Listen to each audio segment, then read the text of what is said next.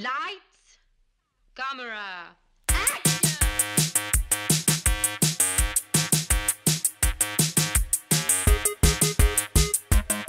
Aujourd'hui à l'émission, la pianiste, un prophète et la bête lumineuse. Bienvenue à On jase de film.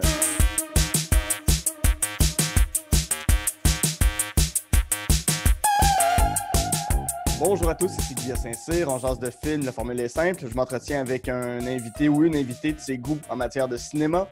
Donc, on passe en revue 3 coups de cœur, une déception et un plaisir coupable. Aujourd'hui, je reçois l'humoriste qui a sans doute le moins de filtres au monde. C'est aussi un animateur hors pair. C'est Thomas Levac. Salut, Thomas. Salut! Comment tu vas?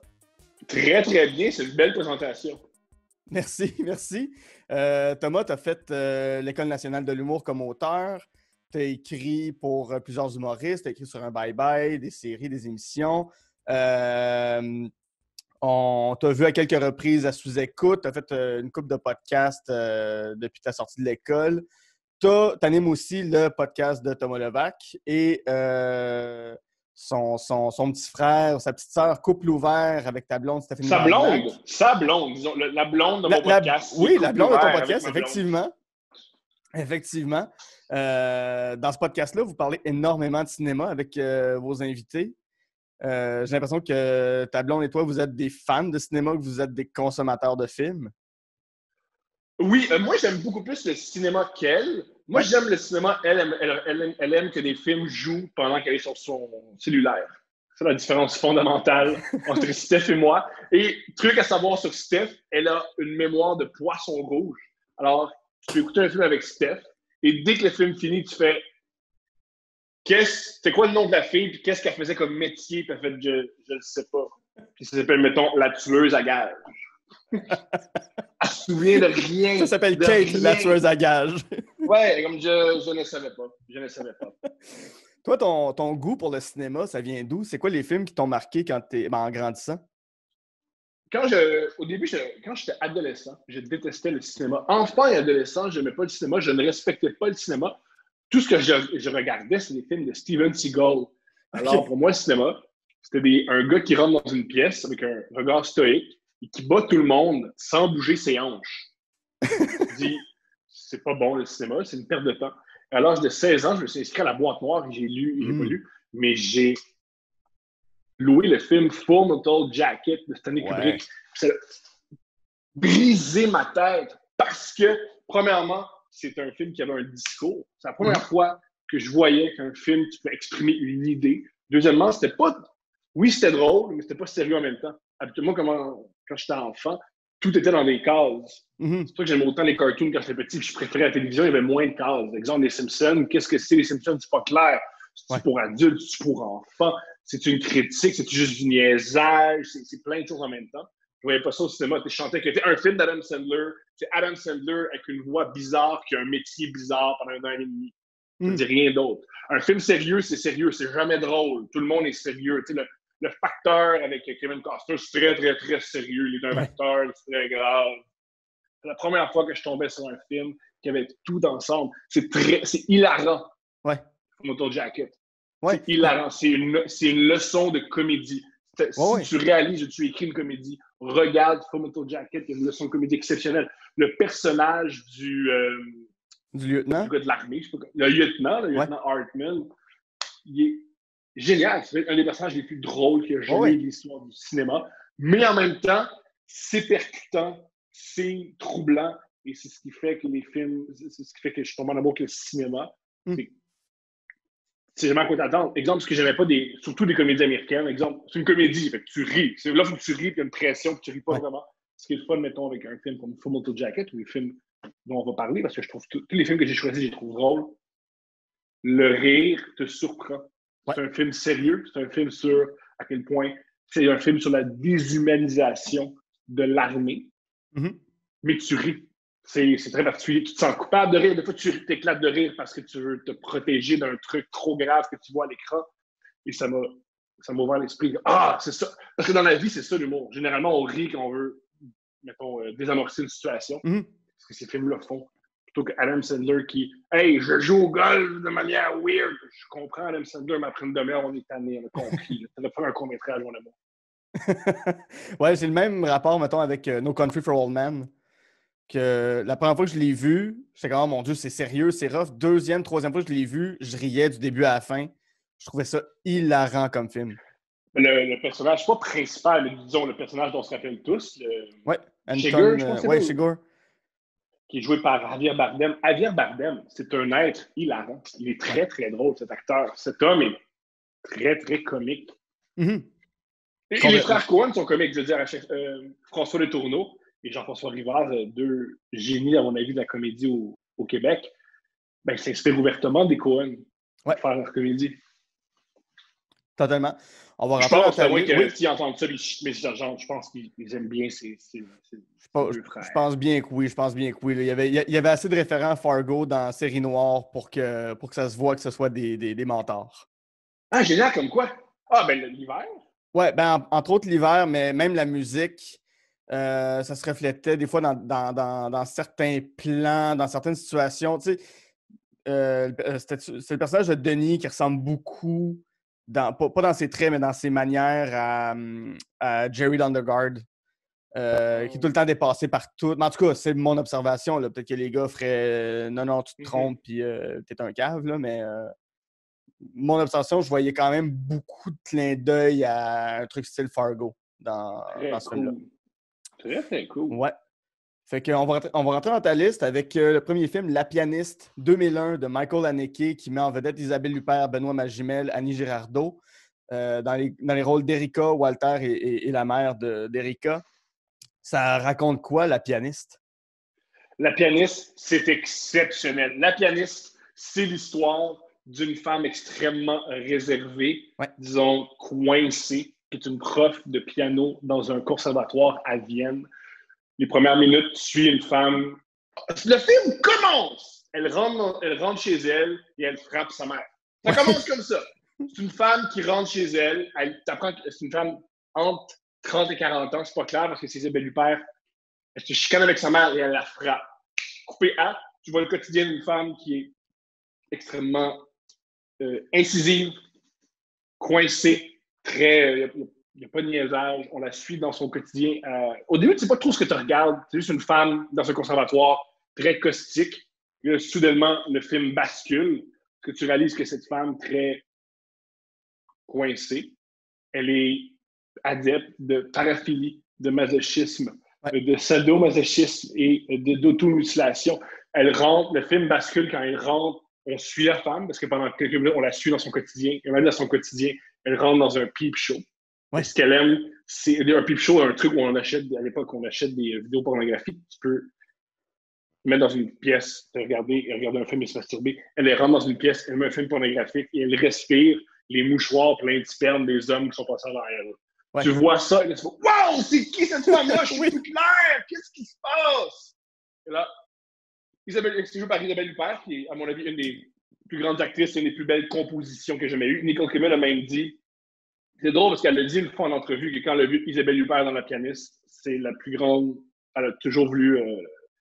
C'est la plus grande interprétation qu'elle a jamais vue. Et il y a plein de films où tu vois qu'elle essaye d'être Isabelle Huppert dans La pianiste. On le voit dans Le sacrifice The Sacrifice of a Secret Deer. Elle essaye tellement d'être Isabelle Huppert dans La pianiste. Elle ne réussit pas tout à fait. Tu vois l'influence de ce personnage, de cette composition dans toute la carrière de Nicole Kidman. Elle veut tellement être ça. Je trouve ça génial. Et ce qui est génial avec ce film, c'est les thèmes du film. Et ce film-là, ce qui est fou, c'est que habituellement, tu écoutes un film, tu sais un peu ce qui va arriver. Tu as des idées, ah oui, ça ressemble à ci, ça ressemble à ça. Chaque scène, tu ne sais pas. Tu sais jamais ce que tu regardes. Tu es tout le temps sur le qui-vive parce que tu n'as aucune idée de ce qui va arriver. Ouais. Et c'est très, très, très lent. C'est un film sur le voyeurisme. Alors, tu es voyeur d'une femme qui ne va pas bien. Tu te mets dans la position du voyeur. Par exemple, tu suis cette femme-là qui, pour une raison obscure, elle suit ses élèves au cinéparc. Ouais. Et elle s'incruste dans un cinéparc, pas de voiture. Et elle regarde des jeunes baiser et elle urine à côté d'eux en pleurant, puis elle se sauve. Ouais. Qu'est-ce qui se passe? C'est génial comme film. Puis c'est fou parce que c'est une femme qui est jalouse en plus. Mhm. qui est jalouse du talent des autres, qui est jaloux, tu sais, son élève, qui n'est pas nécessairement meilleur qu'elle, mais qui est promise à un avenir probablement Similaire, meilleur. mais similaire. Les deux, Mais oui, c'est une prof, c'est une femme qui aime beaucoup Schubert. Une de ses métiers, c'est jouer du Schubert avec, dans des salons de la haute bourgeoisie. Il y a une jeune élève qui veut la même chose qu'elle. Et elle s'assure qu'elle n'a pas le même avenir qu'elle. C'est complètement fou. ouais. Et aussi, elle l'attaque physiquement quand Walter, le gars qui s'intéresse à elle, commence à discuter. Dès qu'elle voit ça, ça déclenche quelque chose chez elle Ouais. et elle l'attaque. Ouais. Le truc qui est génial dans ce film, je trouve Ouais. qu'il y a plusieurs choses qui sont géniales. Le truc qui est génial, c'est la beauté des personnages. Je m'explique. L'homme, il est plastiquement plus beau qu'Isabelle Huppert. Le gars, le rôle de l'homme, Benoît Magimel, ouais. L'exemple que je donne, c'est s'il s'inscrivait à Occupation Double, il se rendrait dans les 4 derniers. C'est un bel homme. C'est un homme que tu peux mettre sur un magazine pour femmes, puis ça se vend. Là. Ouais. Tandis qu'Isabelle Huppert, elle a pas au début, elle a une beauté particulière, mais plus tu t'intéresses à elle, plus elle a un érotisme qui émane d'elle. Tu as une femme qui est extrêmement érotique, mais qui n'est pas belle au point de vue, mais généralement, l'érotisme, à mon humble avis, c'est pas tout le temps lié avec la beauté. Du moins, tu peux être très, très, très érotique sans être joli, sans être une carte de mode, sans rentrer dans les standards de beauté. Ça, je trouve ça très intéressant. Je trouve que c'est une belle réflexion sur qu'est-ce qui est excitant plutôt que qu'est-ce qui est beau. Ouais. Puis il y a toute la scène aussi où, justement, elle a une discussion sur ce qu'elle veut vivre sexuellement avec ce gars-là. Puis je vais faire une citation ici, mais elle lui dit carrément: je veux que tu t'assoies sur mon visage et que ma langue rentre dans ton anus et que tu me donnes des coups de poing dans le ventre pour que ma langue sorte. Mais c'est lui qui lit ça. C'est génial. Pour mettre en contexte, c'est une femme. Cette femme, il y a un homme exquis. Un homme qui est tellement beau. C'est génial dans le film comment c'est tourné. Tout le monde a l'air ordinaire. Tout le monde est juste normal, comme toi et moi. Il y a cet homme, Benoît, qui dans le film s'appelle Walter. Il est man, il est tellement joli. Il s'intéresse à elle. Il veut tellement avoir une relation amoureuse. Il veut avoir une relation amoureuse avec elle. Il veut coucher avec elle. Et elle ne veut pas. Elle l'empêche. Tout est compliqué. Et une fois, elle l'invite chez elle plutôt, où elle vit avec sa mère, c'est très étrange. Elle l'invite dans sa chambre et au lieu de juste faire l'amour, comme deux adultes normaux, elle lui demande de lire une lettre. Elle a écrit tout ce qu'elle veut et c'est un fantasme sadomasochiste. Ouais.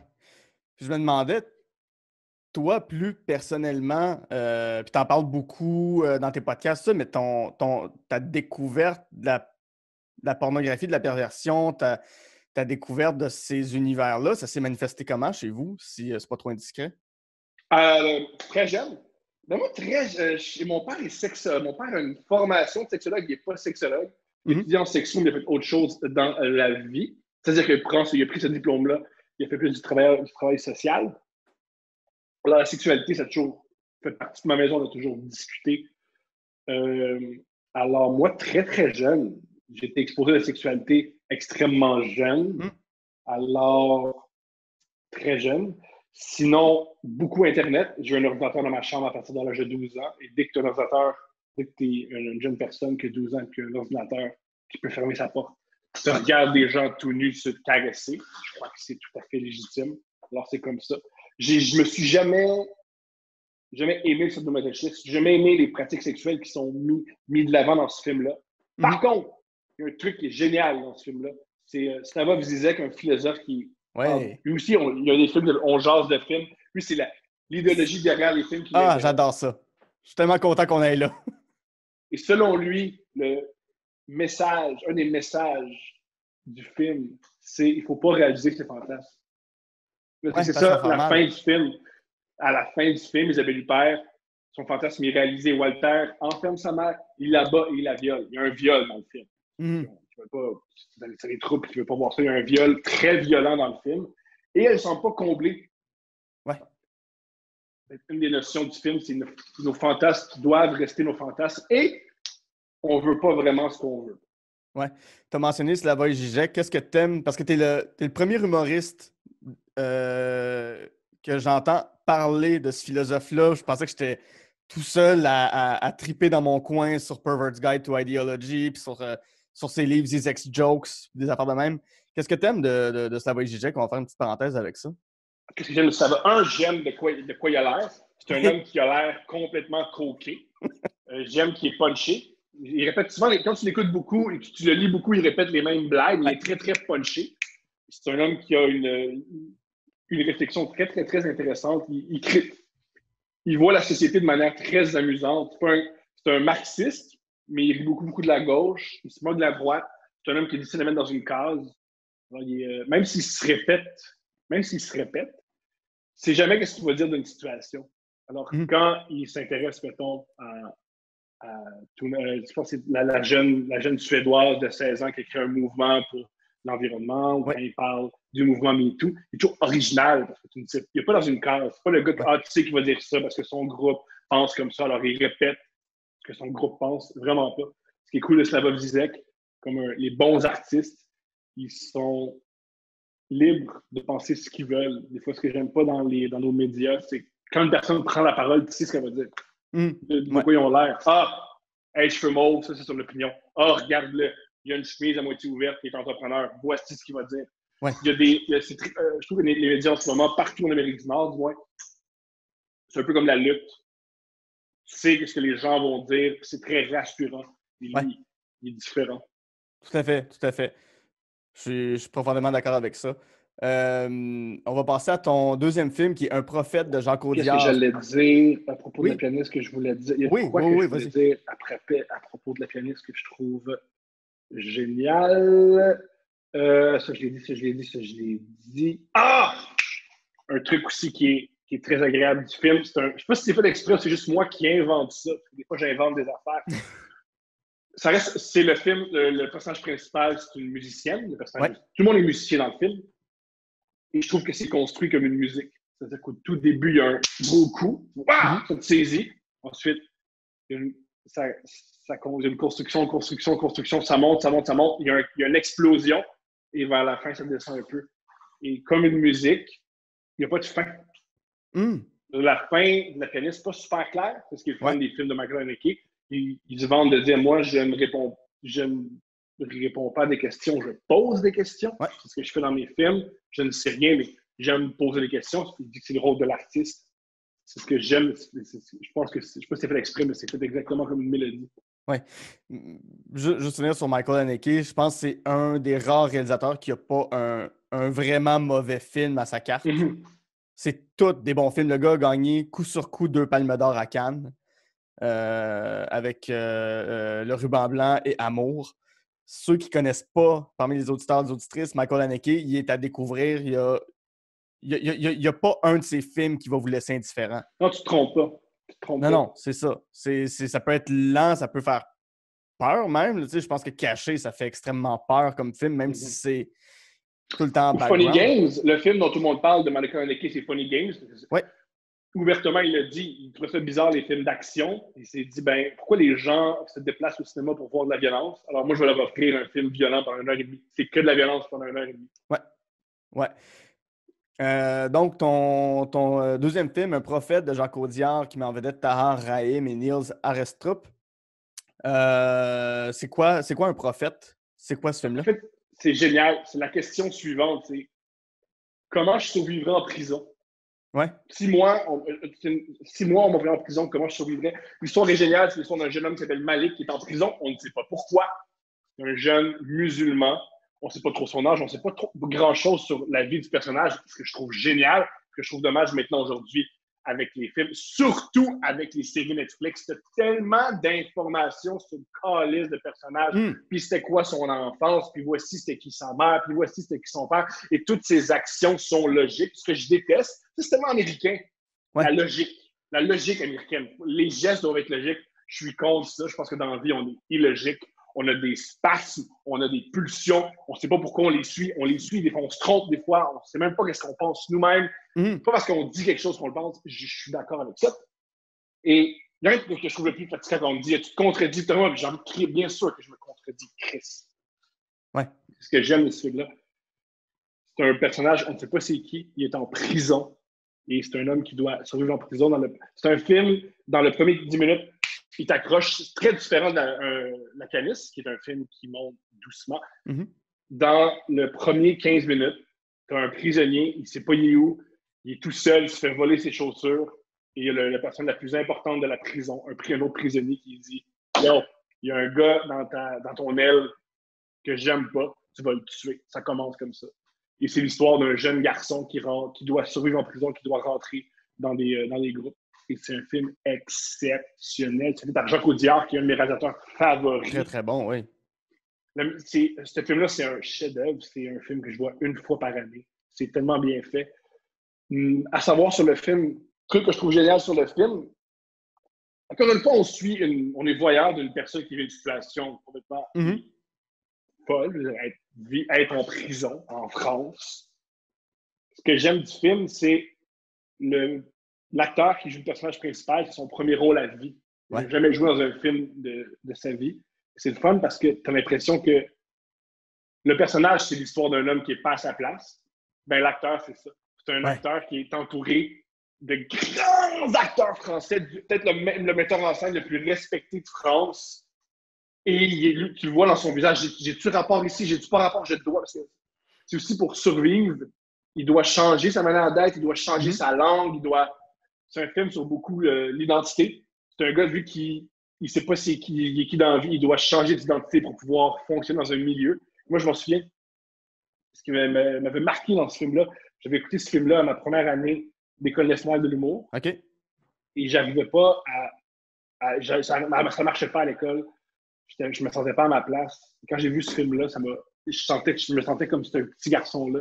Je me sentais comme me lancer dans le show business. J'ai pas rapport là. Comment je dois agir pour bien fonctionner? C'est un truc que tu apprends quand tu rentres dans le milieu de l'humour, c'est que c'est très important.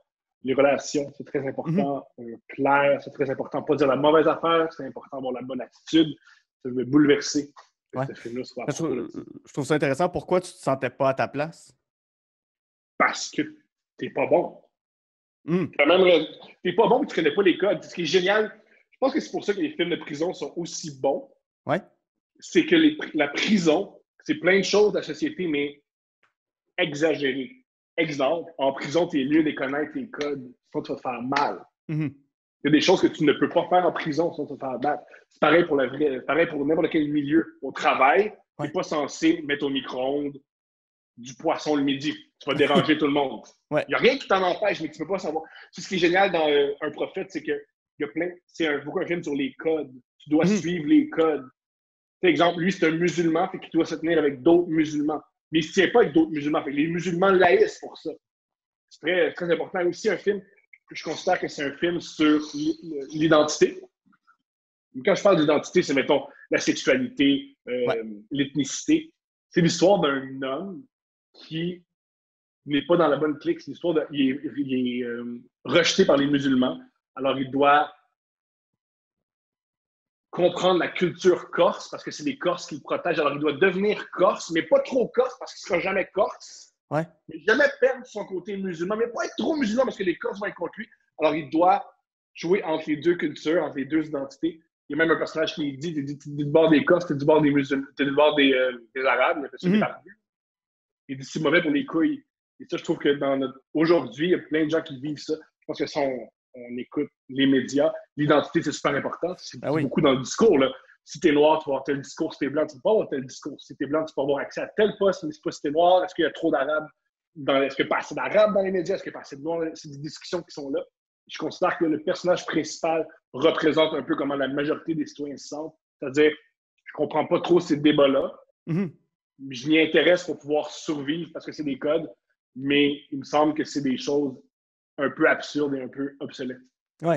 Puis je t'entends, tu sais, j'ai l'impression que de ce que tu dis sur se sentir représenté, tout ça, j'ai l'impression qu'à force de ne pas se sentir représenté pour certains, ben, tu finis par verser dans toutes sortes de groupes. Ben, tu sais, c'est ce qui pourrait expliquer un peu tout ce qui est mouvement anti-masque en ce moment. Tu te sens tellement plus représenté par rien que tu fais n'importe quelle théorie, je vais l'accepter parce que ces gens-là m'acceptent comme je suis. Ou non, moi je vois plus. Ce que j'aime du film, c'est que c'est vraiment un film. Je pense que c'est un homme qui aime beaucoup Hitchcock. Et Hitchcock, la grande majorité de ses films, c'est une personne normale. C'est une personne commune. C'est une personne commune qui vit quelque chose de bouleversant.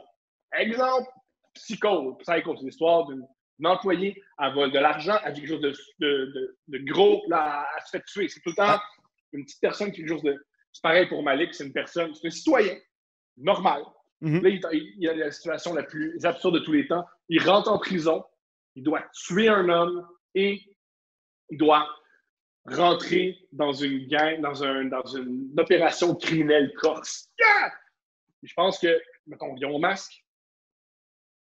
Comment les gens se sentent par rapport au masque? Les gens ne sont pas anti-masque et les gens ne sont pas pro-masque. Les gens sont, qu'est-ce que je dois faire pour ne pas déranger personne? Ouais.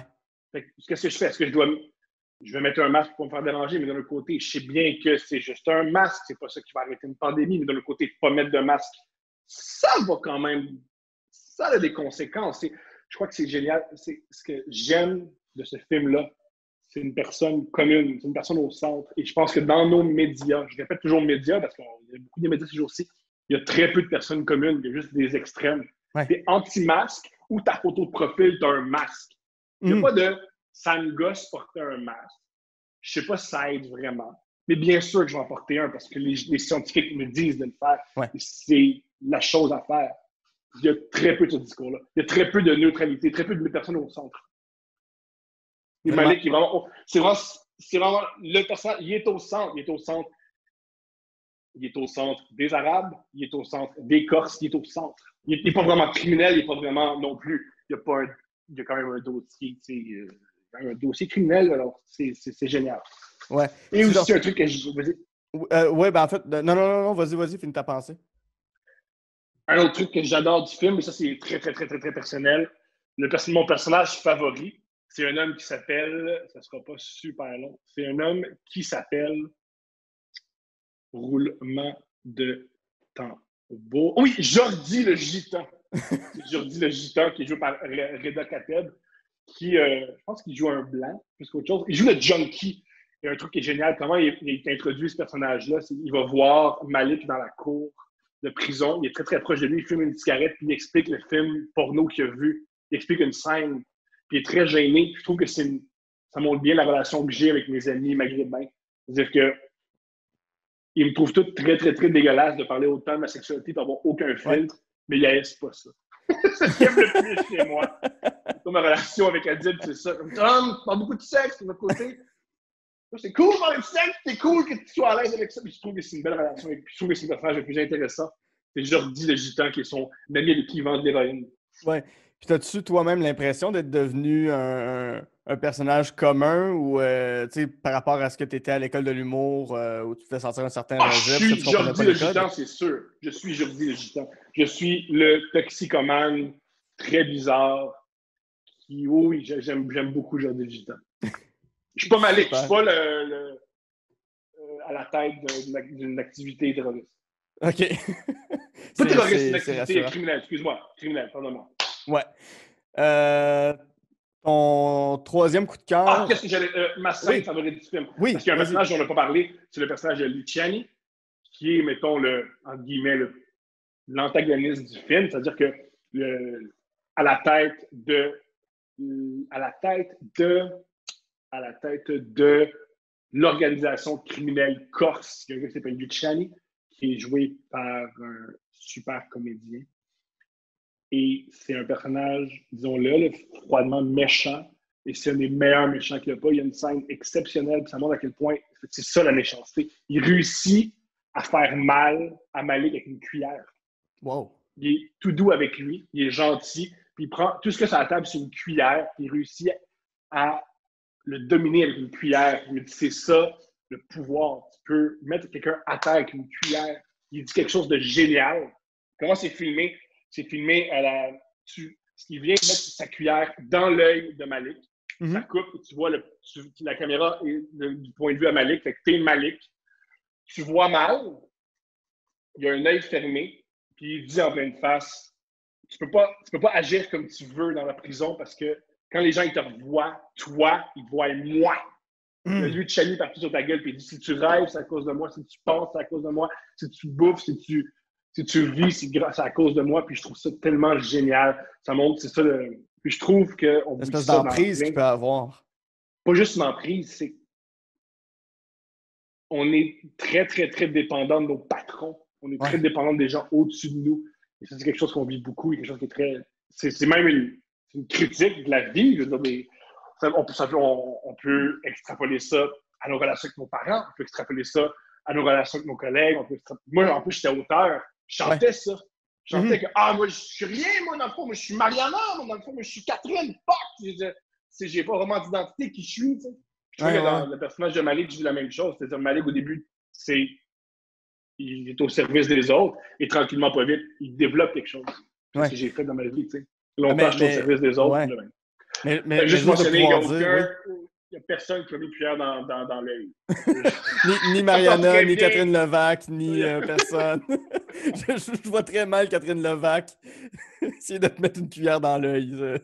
Il dit, si tu penses à cause de moi, si tu rêves à cause de moi, mais Catherine, partout sur ta gueule. Non, mais tu sais, on déconne, mais tu sais, moi, bien longtemps, les gens pensaient que j'étais le frère de Catherine Levac. Encore aujourd'hui, si je monte sur scène, je dois mentionner, je ne dis pas le frère de Catherine Levac, sinon les gens n'écoutent pas vraiment. Alors, ça m'a frappé cette scène-là. J'ai vécu cette scène-là. Quand il dit, il y a des chianis partout sur ta gueule, comprends ça. Je sais c'est quoi ça. Oh my God, j'adore ça. Donc, ton troisième film, La Bête lumineuse, film de 1982, réalisé magnifiquement. C'est un super documentaire par Pierre Perrault qui met en vedette deux profs de cégep, Stéphane-Albert Boulet et Bernard Lheureux. Disclaimer, Stéphane-Albert Boulet m'a enseigné au cégep. Donc, je suis très, très, très impartial par rapport à mon appréciation de La Bête lumineuse, mais ça reste un de mes documentaires favoris, un des plus grands films québécois faits. Ton rapport à La Bête lumineuse, c'est quoi ce film-là, La Bête lumineuse? Juste avant, La Bête lumineuse, c'est le film québécois qui m'a plus fait rire de l'histoire du cinéma. C'est hilarant comme film. Et ça se veut hilarant. Ça se veut drôle. Pas juste drôle, on rit du film parce qu'il est ridicule. Le film se veut comique. On rit de ces hommes-là. C'est quoi La Bête lumineuse? C'est extrêmement simple. C'est un prof de cégep citadin qui décide d'aller dans le bois avec des gars de shop. Et tranquillement, pas vite, le citadin se fait bouiller pendant 1h30 par des gars de shop. C'est ça. C'est très Lars von Trier comme départ. C'est un intellectuel qui prétend parler pour le peuple. Il passe une fin de semaine avec des gens du peuple et les gens du peuple laissent. Il n'arrive pas à connecter avec eux. C'est un film hilarant. C'est un film je trouve, qui se moque de la gauche. La gauche prétend beaucoup parler pour les ouvriers, parler pour les prolétaires, mais ils n'en connaissent pas. Et quand ils parlent des prolétaires, ils ne connectent pas avec eux. Et aussi, un truc qui est important, c'est les intellectuels de gauche. Ils aiment les prolétaires jusqu'à temps qu'ils passent 15 minutes avec quelqu'un qui a une vraie job. Dès qu'ils passent 15 minutes avec quelqu'un qui a une vraie job, ils font « Pardon? » Ils font des fois des jokes sur les femmes. Ben voyons, pardon, ils sacrent, pardon, ils se coupent la parole, pardon, ils lisent pas. Comment ça, ils lisent pas? Et je trouve ça génial. Je trouve que c'est une belle... Tu vois, au début du film, il se prépare comme un homme de peuple. Un homme, moi, je suis... Il faut tous partager. Il faut que les prolétaires soient au sommet de la société. Il n'est pas capable de connecter avec eux. Il ne les connaît pas. Il parle pour des gens qu'il ne connaît pas. Je trouve ça génial. C'est un autre gars qui est en perte de code, comme dans Le Prophète. T'as raison. C'est un gars qui se sort de son aquarium. C'est un poisson sorti de son aquarium qui est déboussolé. Mais ce qui est intéressant, c'est que son lien avec ces gars-là, c'est Bernard. Puis Bernard, c'est celui qui a l'énorme moustache dans laquelle on a envie de se perdre. Bernard est aussi prof de cégep. C'est juste que lui est capable de faire le pont constant entre les deux mondes. Oui. C'est ce qui est intéressant. Puis c'est des amis depuis l'enfance, Stéphane et Bernard. Parle-moi de lui comme prof qui était comment? Moi, je l'ai trouvé génial.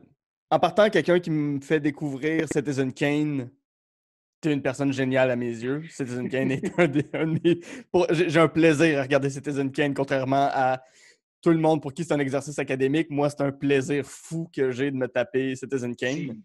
Ça, c'est jamais compris les gens qui n'aimaient pas Citizen Kane, qui aiment le cinéma, parce que c'est un film particulièrement moderne et américain. C'est un film, ça va très, très vite. C'est amusant. Je trouve ça curieux de dire, mettons, je peux comprendre mettons, The Birth, mettons, un film, mettons, citadin, académique, c'est, mettons, The Birth of a Nation. Ah, À ouais, mon ouais, avis, comment ça peut... autant n'apporte le vent, c'est quand même 3 heures d'un film extrêmement classique et on fait plus ouais. des films comme ça, puis c'est une bonne affaire. Citizen Kane, ça va vite, le scénario est génial. Quand je parle Ouais. du scénario, c'est pas juste c'est comment l'histoire est racontée. Comment? Comment l'histoire est racontée, c'est très moderne. Oui, c'est super moderne. Puis justement, c'est que c'est très drôle. Puis c'est un pied de nez que Joseph Mankiewicz et Orson Welles ont fait à tout ce qui était justement les gros médias américains de William Randolph Hearst pour se moquer de ce gars. C'est comme si toi ou quelqu'un d'extrêmement cynique aujourd'hui faisait un film avec un budget limité sur Pierre-Carl Pellado. C'est le même rapport. Puis dépeindre Pierre-Carl Pellado comme un être dépravé et complètement imbécile. C'est ça. Et rire de sa vie privée bizarrement. Rire de sa femme sur des trucs extrêmement précis, comme elle aime les casse-têtes, alors elle va tout le temps faire les casse-têtes. Comment on sait ça? Ben, je te le dirai pas, mais on le sait. Voyons donc.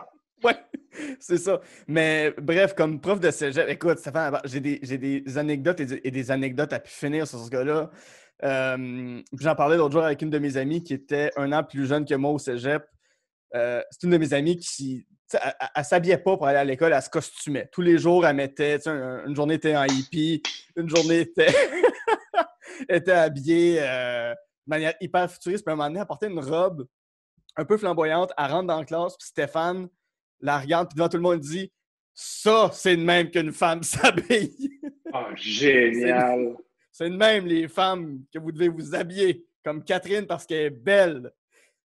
Catherine, après ça, elle ne s'est plus jamais rhabillée de façon flamboyante, elle a eu trop honte. Mais tu sais, c'était ce genre de gars-là. Moi, un truc que j'aime, on le voit dans le documentaire, puis aussi, je connais des gens qui l'ont eu comme prof, c'est un excentrique. À la base, c'est un excentrique. Les excentriques, ça marche bien dans le monde des arts, ça marche bien dans le monde académique.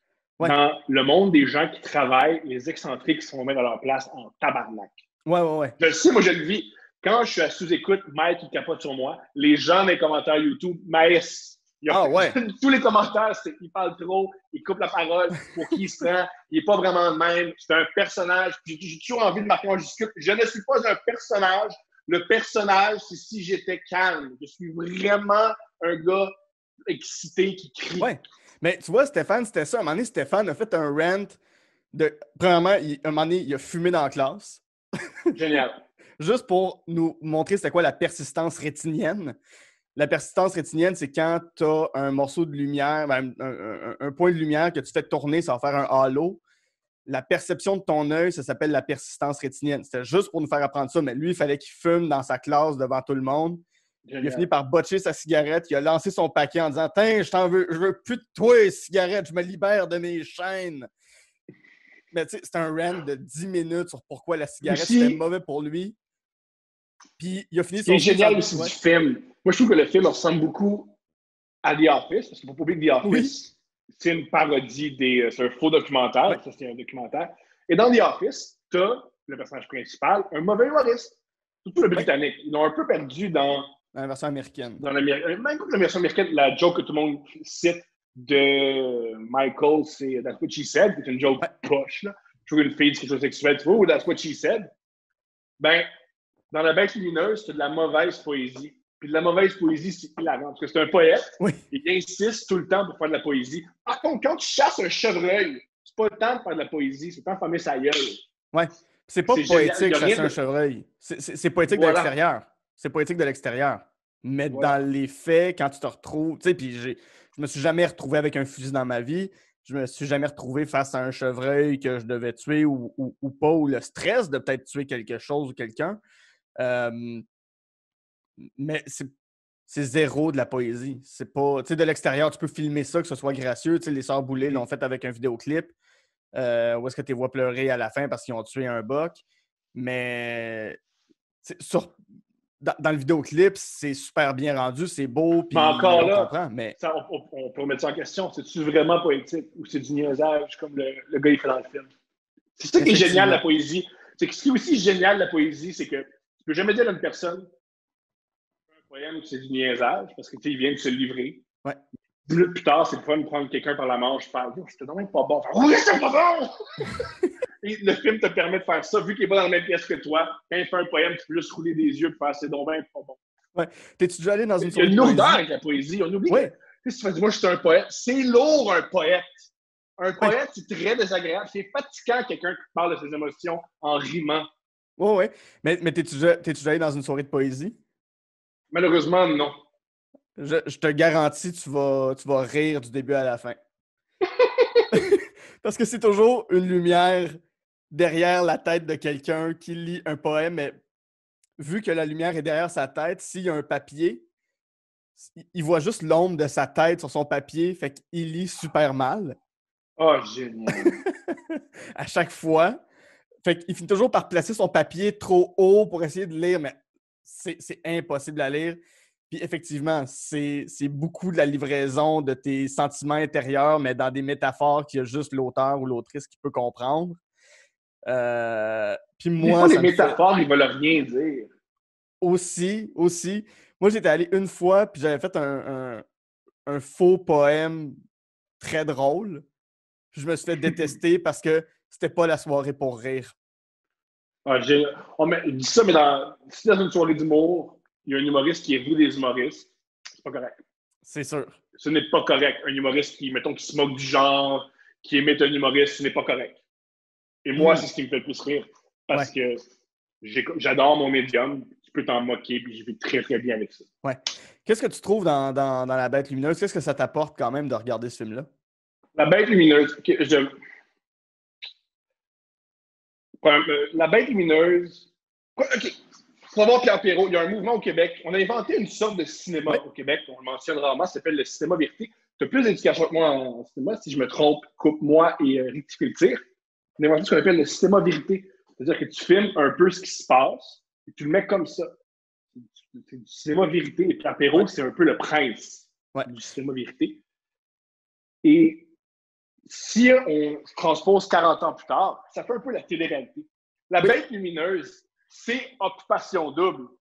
Oui, mais avec des gars de 200 livres et plus. Du monde. Parce que la bête lumineuse, c'est quoi? C'est du monde différent dans un chalet qui se chicane, t'es regardes et t'es juges. Ben, c'est ça Occupation Double. C'est des gens dans une place, tout seuls, puis on les juge. Et comme dans la bête lumineuse, il y a tout le temps un bouc émissaire. Il y a tout le temps. Cette année, c'est un gars qui s'appelle Charles, que tout le monde blastait. Ça se peut. Dans le film, c'est. Encore parce qu'il ne comprend pas les codes. Il ne comprend pas les codes. Et c'est la même chose. Et je trouve ça intéressant. Je trouve que le cinéma vérité, c'est devenu la télé-réalité.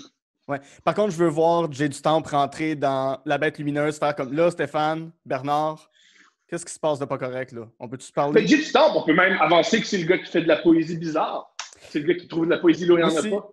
Comme tu restes dans Occupation Double, jeune homme. Oui, moi, mes chicks, le linge que je porte, tu restes un animateur de télé-réalité. J'ignore pourquoi tu prétends. Tu restes que c'est une émission où l'objectif, c'est humilier des gens qui n'ont pas de salaire. Ouais. Par contre, il y a une chose dans La Bête lumineuse qui est géniale, qui, moi, vient me toucher à chaque fois, entre autres parce que je connais Stéphane, mais il y a une scène dans le film où il est complètement saoul. C'est au début, il est avec ses enfants, puis il dit à sa fille « Je t'aime », puis il l'appelle « mon amoureuse d'amour », ce qui est très beau comme façon d'appeler son enfant « mon amoureuse d'amour ». Et quand j'étais à l'université en cinéma, notre prof fait pause à cette scène-là. Il dit ça dans l'histoire du cinéma québécois. C'est la première fois qu'on voit un père dire à son enfant qu'il l'aime. Et juste ça, ouais. Ouais, le cinéma québécois, ça commence dans les années fin 50, là. Fait que ça a pris quasiment... Le film, quand on parle du cinéma québécois, on pense à Aurore l'enfant martyr. Ouais. Et Aurore l'enfant martyr, ça reste des parents qui battent un enfant. Oui. Mais ça... Même, c'est drôle que tu dis ça, parce que même la joke aussi du cinéma québécois, c'est... Mettons, le film, le cinéma, à mon avis, le meilleur film québécois de tous les temps, c'est Crazy. Ouais. Crazy, c'est l'histoire d'un jeune homme qui va avoir l'approbation de son père, puis ça prend 2h45, il faut qu'il aille au Maroc. Ouais. Oui, complètement. C'est génial. Ouais, mais juste ça, puis tu sais, quand ils quittent pour la chasse, t'as tous les gars, leurs enfants pleurent, puis ils disent hey, faites des hommes de vous, les enfants, là, c'est rien qu'une chasse, là, papa il est parti, puis c'est correct que papa soit absent. Puis les enfants de Stéphane pleurent, puis lui, comme Papa, il vous aime, les enfants. Papa, il va revenir. Là. Ce sera pas long. C'est juste 2 semaines. Mais papa, il vous aime vraiment beaucoup. Puis il part en char. Puis tu le vois qui est un peu ah, mon Dieu, mes enfants vont me manquer. Tu sais. Fait que juste ça, tu fais OK, ce film-là est génial d'avoir montré ça. Est-ce que c'était pour le ridiculiser? Rendu là, ça, je sais pas. Mais que ce soit le premier à l'avoir fait, moi, bravo, bravo. Donner de l'amour à tes enfants, Génial. c'est magnifique. Avais-tu d'autres choses à dire sur La Bête lumineuse? Non, non. C'est un film très, très, très, très drôle. Et si tu aimes la télé-réalité, tu vas c'est intéressant de regarder le film juste parce que c'est, à mon humble avis, la, le- la bête lumineuse a marché pour qu'Occupation Double puisse courir. C'est- Pierre Perrault tourne dans sa tombe en ce moment, mais c'est correct. Non, c'est, à mon avis, c'est pas Occupation Double est intéressant si, à mon avis, je l'écouterais Occupation Double s'il ne me faisait pas croire que c'était bon. Quand je dis bon, c'est pas une qualité, pas des qualités cinématographiques. J'ai l'impression que pour cette émission-là, pour se justifier qu'ils exploitent des gens, parce que oui, ils exploitent des gens. C'est des gens, tu sais, je veux dire, ils ne payent pas les gens qui sont filmés, c'est curieux. Et ils font beaucoup de tirs, mais non, mais tu sais, il y a des noirs, fait que on met des noirs à l'écran. Non, mais tu sais, il y a une grosse, fait que les grosses, on les aime, puis tout le monde les s'aime, mais s'il n'y avait pas ça, ça serait intéressant. Malheureusement, il l'a. Là où je décroche, c'est que cette émission me fait croire qu'il y a des qualités morales. Ouais. Et non. Ouais. Alors que le but, c'est juste que des gens se chicanent et s'entretuent. Ouais. C'est ça l'objectif, c'est qu'on regarde des gens se chicaner pour notre divertissement. Je me pense, puis ça me fait mal. Ouais. Un peu, j'ai le même rapport avec Occupation Double, pas tout à fait, qu'avec, mettons, le sport, le sport professionnel. Le divertissement, c'est la souffrance. Tous les joueurs professionnels souffrent. Il y a deux grandes différences. Un, les athlètes professionnels sont rémunérés. Et deux, j'aime le sport. C'est les deux différences que j'ai. C'est pour ça que je me permets de l'écouter. Juste parce que j'aime le sport et je me dis au moins il est rémunéré.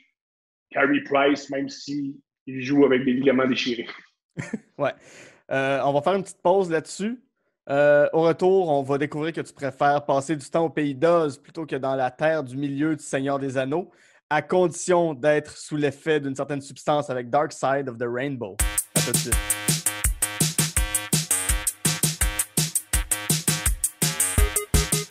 J'adore enregistrer On jase de film. Ça me permet de partager avec vous ma passion première qui est le cinéma et avec des invités formidables. Et si jamais vous avez des commentaires, si vous avez des critiques, des choses qu'on pourrait améliorer, des gens que vous voulez que je reçoive à l'émission, écrivez-moi sur Facebook On jase de film, Instagram @onjasdefilm. Venez me parler, faites-moi vos listes, vos 3 coups de cœur, les films que vous détestez, les films qui sont des plaisirs coupants pour vous. Je vais vraiment avoir un plaisir fou à vous lire. Sur ce, je retourne avec mon invité pour jaser de film. De retour en jase de film avec mon super invité Thomas Levac, avec qui en première partie j'ai eu beaucoup de plaisir à jaser des films La pianiste, un prophète et La bête lumineuse. Un film que tu m'as dit que tu détestais, puis j'ai hâte qu'on entre là-dedans parce que j'ai jamais été capable de regarder plus qu'une demi-heure du premier film de la série. C'est Lord of the Ring, série de 2001-2003 de Peter Jackson qui met en vedette Ian McKellen, Elijah Wood, Orlando Bloom et Andy Serkis. Ouais, j'ai jamais réussi à embarquer dans ces univers-là. Qu'est-ce qui te rebute? Qu'est-ce que t'aimes pas de Lord of the Rings? J'aimerais commencer en stipulant, c'est important. Peter Jackson, c'est un artiste que j'admire. Tous les artisans du film, je les admire. Ouais. La musique, la lumière, la déco, c'est du grand cinéma. C'est vrai, c'est indéniable, c'est du grand cinéma. Mais je m'en fous! Je m'en fous de ce qui se passe avec Boromir! Quand je regarde Le Seigneur des Anneaux, j'ai juste envie qu'il pogne la peste, qu'il y ait des pustules partout et qu'il meure. J'aimerais ça que Le Seigneur des Anneaux, c'est juste plein d'elfes qui pognent la peste puis qui vomissent du sang. Là, je le regarderais, mais je m'en fous. Je regarde le film, je fais, je m'en fous. Vivez ce que vous avez à vivre, ça ne me concerne pas. J'espère que Sauron gagne parce que vous n'êtes pas intéressant. Voilà. J'écouterais le film Le Seigneur des Anneaux à une seule condition, si c'était assumé que c'est un film gay. Parce que c'est le film le plus gay qu'il n'y a pas. C'est un film gay. La quête de Frodon et Sam, c'est un couple gay. C'est un couple gay qui n'arrive pas à s'aimer. Le film ressemble beaucoup, beaucoup, beaucoup au film de Ang Lee, Brokeback Mountain. Oui, oui, oui. C'est deux gars dans Ouais. des grands espaces qui vivent une relation amoureuse difficile. Ouais. Il y en a un qui veut vraiment, puis l'autre pas. Ça Ouais. ressemble beaucoup. Et tous les codes gays, ils sont. T'as le couple gay, Frodon et Sam. T'as le grand gay musclé un peu feluette avec les arcs à flèches. T'as le gay un peu trapu, le bear, là, avec une grosse hache qui est très bear. T'as Gandalf qui est le grand gay, très sage, qui est très intellectuel. T'as Sauron, on peut dire que Sauron, c'est la société qui veut transformer, qui veut éliminer les gays pour. Ouais. Qui représente les hétéros. Et t'as surtout la seule femme qu'il y a, c'est Kate Blanchett, qui est l'amie gay, qui est l'amie des gays, qui est la fille qui est amie avec les gays. Je trouve que c'est un film. Voilà. Si c'était un film ouvertement gay, je suis très prêt. OK. Mais Ouais, là, ouais, vu que c'est un film où je me fais croire qu'ils ont une langue, je m'en fous. Puis, mais ouais, c'est ça, parce que t'as Frodon, t'as Sam, mais t'avais pas un autre gars, pis des fois, Frodon est genre jaloux de la relation entre Sam et son ami, je me souviens plus lequel, Pépine. Ah oui, il y a le gars de la grosse épée. Le gars qui a un gros pénis. Génial. Il y a le gars, disons-le, je sais plus comment le gars avec les cheveux longs et l'épée, c'est le straight qui veut tout baiser. Il y a toujours un straight que les gays veulent dire non, mais je peux le virer de bord. Non, je peux le virer de bord. Il est straight, mais 3-4 shots.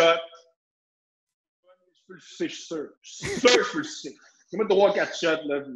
Merde. Mais y a-tu des films, tu sais, parce que c'est un univers construit, as-tu de la difficulté aussi avec ce genre d'univers-là, ou est-ce qu'il y a des films qui construisent des univers dans lesquels Moi, t'es tous comme moi, les films que j'embarque? j'aime, c'est les films drôles. J'aime que les films qu'on peut se rire. Je trouve que dans ce film-là, il n'y a rien de drôle. Puis moi, ça me fait pas rire. Une scène de combat, puis les chicanes, qui va en tuer le plus? Je trouve que c'est un ennui mortel. Dans tous les films que j'ai nommés, il y a un sens d'humour en dessous. Il y a toujours un petit peu de comique. Je trouve que dans ce film-là, il n'y a rien de drôle. C'est sérieux en tabarnak.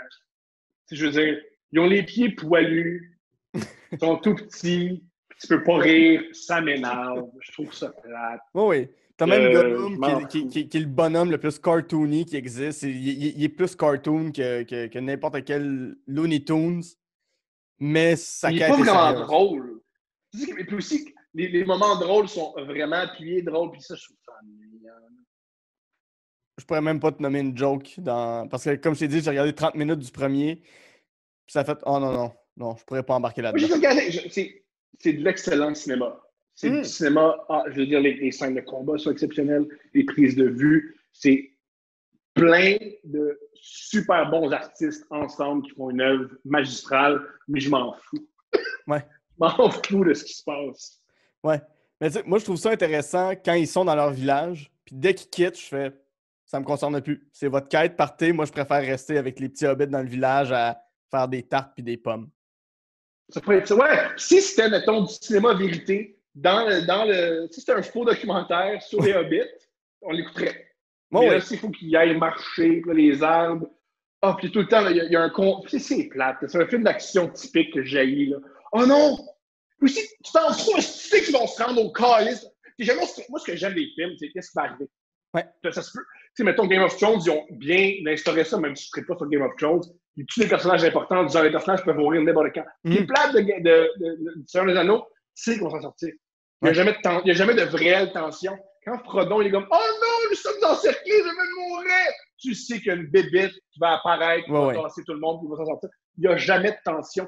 C'est cool, mettons, les films de Scorsese, les gens meurent.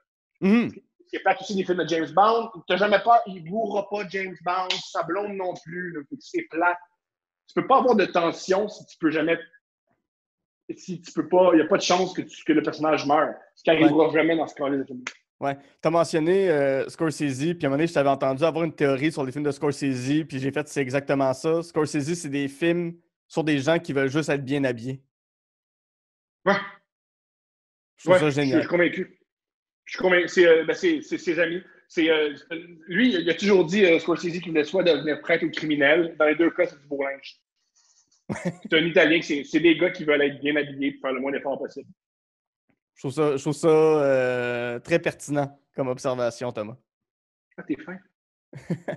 Ton dernier film, ton plaisir coupable, c'est Dark Side of the Rainbow, qui est un phénomène qui a été découvert-ish en 1995, qui est prendre le film Wizard of Oz et de le croiser avec l'album The Dark Side of the Moon de Pink Floyd et les soubresauts musicaux sont synchrones avec ce qui se passe dans le film. Tu coupes la trame sonore de Wizard of Oz et ça marche. Exactement. De quoi tu as besoin de beaucoup de potes, du film Le Magicien d'Oz, l'album Dark Side of the Moon. Tu enlèves le son du Magicien d'Oz, tu pars Dark Side of the Moon au deuxième rugissement du lion de MGM et la musique est synchronisée avec le film. Par exemple, la couleur embarque avec Money. Oui. La tornade, c'est The Great Gig in the Sky, la chanteuse d'opéra. C'est la même distance que... Pas la distance, la même durée que la chanson. Maintenant, le chien, il court le chien Toto, il court. Ça fonctionne avec un riff de guitare. Ah oui, c'est ça. À chaque fois qu'un personnage est présenté, parce que dans le film, c'est une comédie musicale, c'est donc, hey, un nouveau personnage, je me présente par une chanson. Ça équivaut à une chanson de l'album, je ne me souviens plus lesquelles. Alors, si t'es gelé, puis t'es plusieurs, tu regardes ce film-là, ça concorde. Ouais. T'as découvert ça comment? Tu sais, c'était genre... Internet, ils ont dit « Hey, t'aimes ça fumer du pot? T'aimes ça écouter ça? » J'ai dit « Oh, tu me parles d'Internet? » Et je l'ai fait à plusieurs reprises. Puis, mais la première fois que tu l'as vécu, ça t'a fait quoi? J'adore. J'étais stressé parce que j'ai dit à tous mes amis « Hey, j'ai entendu dire que si on met les deux, ça synchronise. » Et puis, c'était mieux d'avoir raison. C'est un peu comme quand tu dis « Hey! » Un peu comme dans un party, c'est toi qui s'occupe de la musique. Ouais. Puis, mieux de mettre de la bonne, tu as une pression comme « Oh mon Dieu, c'est moi qui choisis. » Moi, j'avais une pression tout le vendredi soir et entre mes mains, j'étais mieux d'avoir raison. Et ouais, ça a marché! Mais ça s'aide d'être gelé. Si t'es pas gelé, c'est plat. Sous, ça marche pas. Sous, faut que tu sois gelé. Faut que tu sois gelé et que tu sois extrêmement concentré. C'est ce que ça fait être gelé. Là. Wow, je regarde vraiment le film, mon cellulaire n'existe plus. Et ça fonctionne. Et moi, je trouve ça hilarant comme expérience. J'ai choisi ça comme plaisir coupable parce que moi, dans l'art, j'ai pas de plaisir coupable. T'aimes ce que t'aimes. Ouais. Pour moi, un plaisir coupable, c'est, mettons, j'aime coucher avec des femmes moins intelligentes que moi. Ça, tu dois sentir coupable. C'est comme comment ça, pour pouvoir avoir une bonne sexualité, pour que la personne soit moins intelligente que toi. Voyons donc, il y a une culpabilité avec ça. Et si tu aimes les films des sœurs Olsen, mais tu aimes les films des sœurs Olsen, c'est pas grave. Oui. C'est pas je trouve un truc que je trouve plate, c'est qu'on prend l'art bien trop au sérieux. C'est juste de l'art. On peut tous se calmer avec ça. Et c'est aussi ce que je reproche à l'Occupation Double. C'est bien trop sérieux. Oh mon Dieu, c'est pas vrai là, qui change la société. Puis si la société va être changée par Occupation Double, ben elle va mal, la société. Tout à fait. As-tu déjà vécu d'autres trips semblables ou as-tu d'autres activités à suggérer en consommant des drogues à faire? Plus rien. Alors, une chose que je déconseille, c'est se saouler puis publier des statuts Facebook. C'est pas une bonne idée. Ça, c'est pas... Sinon, non.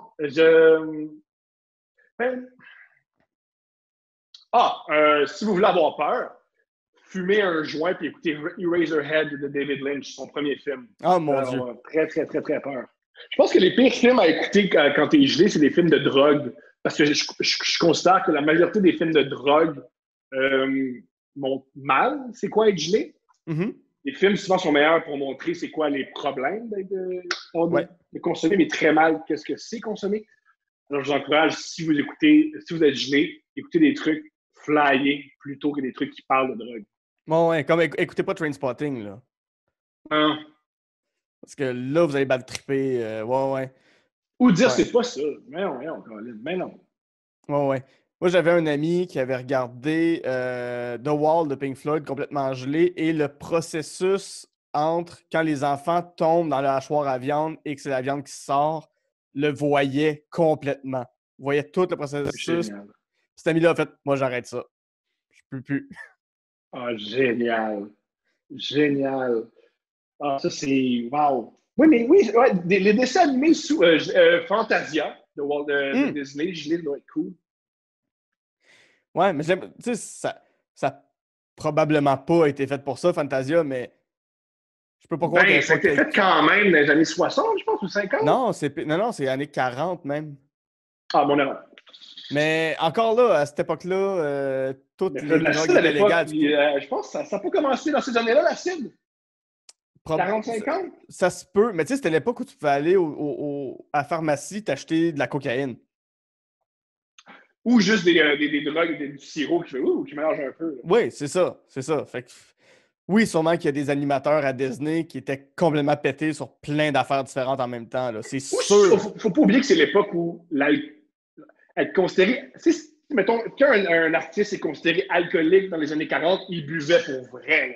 Oui. Faut oublier que dans les années 40 et 50, boire un 16-11 de vodka par jour, c'est comme ça qu'on évolue dans la société. Oh, oui. Alors, si tu es considéré alcoolique à l'époque, Oui.